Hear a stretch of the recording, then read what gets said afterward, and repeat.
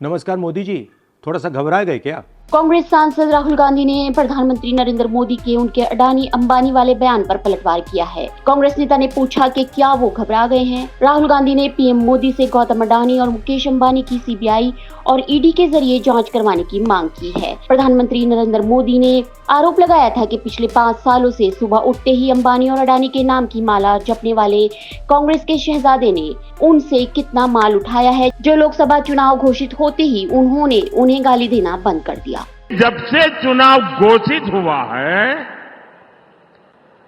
इन्होंने अंबानी अडानी को गाली देना बंद कर दिया। मैं आज तेलंगाना की धरती से पूछना चाहता हूं,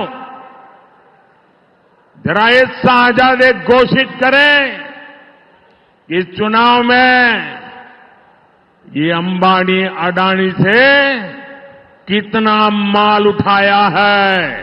प्रधानमंत्री मोदी के बयान का जवाब देते हुए कांग्रेस सांसद राहुल गांधी ने कहा कि नमस्कार मोदी जी, थोड़ा सा घबरा गए क्या? नमस्कार मोदी जी, थोड़ा सा घबरा गए क्या? आमतौर पर बंद कमरों में अडानी अंबानी की बात करते हैं, पहली बार पब्लिक में अडानी अंबानी बोला। आपको ये भी मालूम है कि ये टेम्पो में पैसा देते हैं, क्या आपका पर्सनल एक्सपीरियंस है? नॉर्मली आप बंद कमरों में अडानी जी अंबानी जी की बात करते हो, पहली बार आपने पब्लिक में अडानी अडानी अंबानी बोला। और आपको ये भी मालूम कि ये टेम्पो में पैसा देते हैं, क्या ये आपका पर्सनल एक्सपीरियंस है क्या? एक काम कीजिए, सीबीआई ईडी को उनके पास भेजिए, पूरी जांच करवाइए, घबराइए मत। मैं देश से फिर से कहता हूं कि जितना पैसा नरेंद्र मोदी जी ने इनको दिया है, उतना ही हम देश के गरीब को देने जा रहे हैं।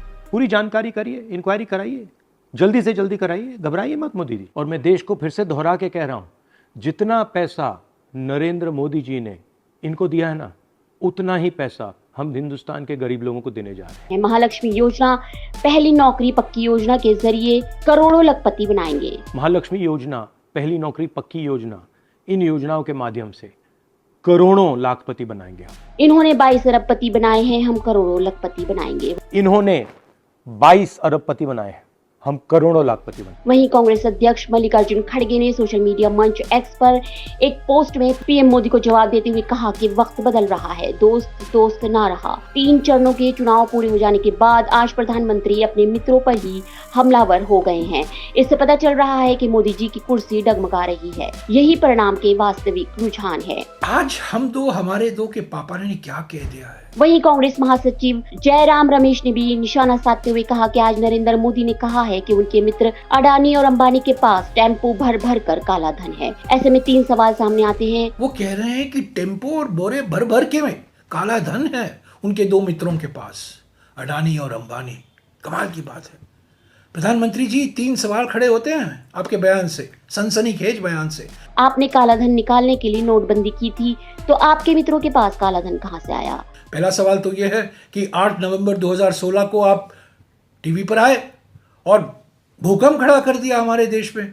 मित्रों, आज नोटबंदी होने वाली है, आपने इसलिए किया कि काला धन निकाला जाए। पर आज 8 साल बाद आप कह रहे हैं टेम्पो और बोरे भर भर के काला धन है अडानी और अंबानी के पास। सवाल नंबर 2, जब आपके मित्रों के पास बोरे भर भर कर काला धन है, तो ईडी, आईटी, सीबीआई कोई कार्रवाई क्यों नहीं करती? दूसरी बात, 2 मुख्यमंत्रियों को आपने जेल में बिठा दिया है, ईडी और सीबीआई की कार्रवाई हुई है। इन दोनों के पास इतना काला धन है, टेम्पो और बोरे भर भर के काला धन है, तो इनके खिलाफ क्यों नहीं कार्रवाई हो रही है? क्या ईडी और सीबीआई कुंभकर्ण की माफी सो क्यों रहे हैं? और सवाल नंबर 3, पिछले 10 सालों में निजीकरण करके सरकारी संपत्तियां अडानी अंबानी को ही क्यों बेची गई हैं? तो काला धन कहां से आया? और तीसरी बात, जो पिछले 10 साल में निजीकरण हुआ है, किसको बेचा गया है? सारे सार्वजनिक संपत्तियां अडानी और अंबानी को ही। तो काला धन कहां से आ रहा है प्रधानमंत्री जी? असलियत ये है कि आप सामने दिख रही हार से बौखला गए हैं, इसलिए तरह तरह की बातें कर रहे हैं। असली बात यह है कि आप भोकलाए हुए हैं, परेशानी में हैं, और आप जान गए हैं कि 4 तारीख को आपको स्पष्ट और निर्णायक बहुमत मिलने वाला नहीं है। इसीलिए आप दुनिया भर की बातें कर रही हैं। Bureau report, ST news.